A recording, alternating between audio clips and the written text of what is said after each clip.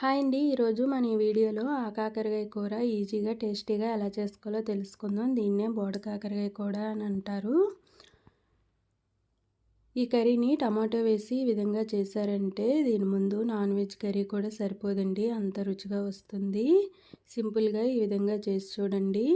దీనికోసం స్టవ్ పైన ప్యాన్ పెట్టుకొని ఆయిల్ వేసుకోవాలి. ఆయిల్ హీట్ అయిన తర్వాత 1 స్పూన్ వరకు పోపులు, ఎండుమిర్చి, వెల్లుల్లి వేసుకొని 1 నిమిషం పాటు వీటిని ఫ్రై చేసుకోవాలి.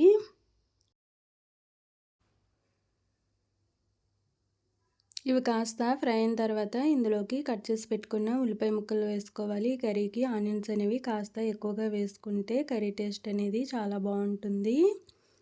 ఆనియన్స్ అనేవి ఈ విధంగా మెత్తబడిన తర్వాత ఇందులోకి కొద్దిగా కరివేపాకు వేసుకొని పోపు అంతటిని మరో 2 నుండి 3 నిమిషాల పాటు బాగా ఫ్రై చేసుకోవాలి. పోపు అంతా ఈ విధంగా బాగా ఫ్రై అయిన తర్వాత ఇందులోకి కట్ చేసి పెట్టుకున్న టమాటా వేసుకోవాలి. టమాటా వేసుకొని ఒకసారి బాగా కలుపుకొని మూత పెట్టి టమాటా ముక్కల్ని బాగా మెత్తబడనివ్వాలి.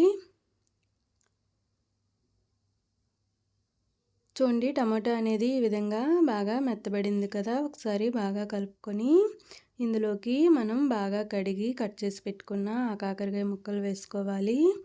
కాకరకాయలని ఈ విధంగా చిన్న ముక్కలుగా కట్ చేసుకుంటే వేగంగా వేగిపోతుంది. ముక్కలన్నీ వేసుకున్న తర్వాత రుచికి సరిపడా సాల్ట్, కొద్దిగా పసుపు వేసుకొని బాగా కలుపుకొని మూత పెట్టి ఈ కాకరకాయ ముక్కల్ని బాగా వేగనివ్వాలి. కర్రీ అనేది వేగే దాంట్లోనే దాని టేస్ట్ అనేది ఉంటుందండి.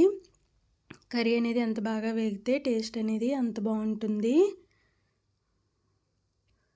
చూడండి, ముక్కలన్నీ కూడా ఈ విధంగా వాటర్ లేకుండా బాగా వేగిపోవాలి. అలాగే ముక్కలు కూడా బాగా మెత్తబడ్డాయి. ఈ విధంగా వేగితే కర్రీ టేస్ట్ అనేది చాలా బాగుంటుంది.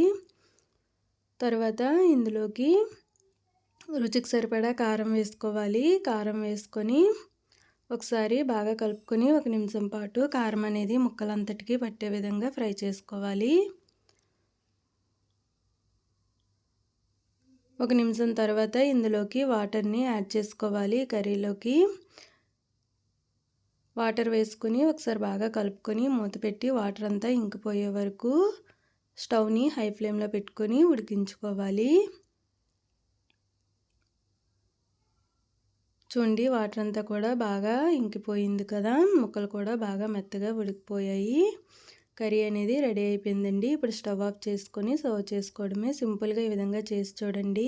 కాకరకాయ కర్రీ అనేది చాలా టేస్టీగా వస్తుంది.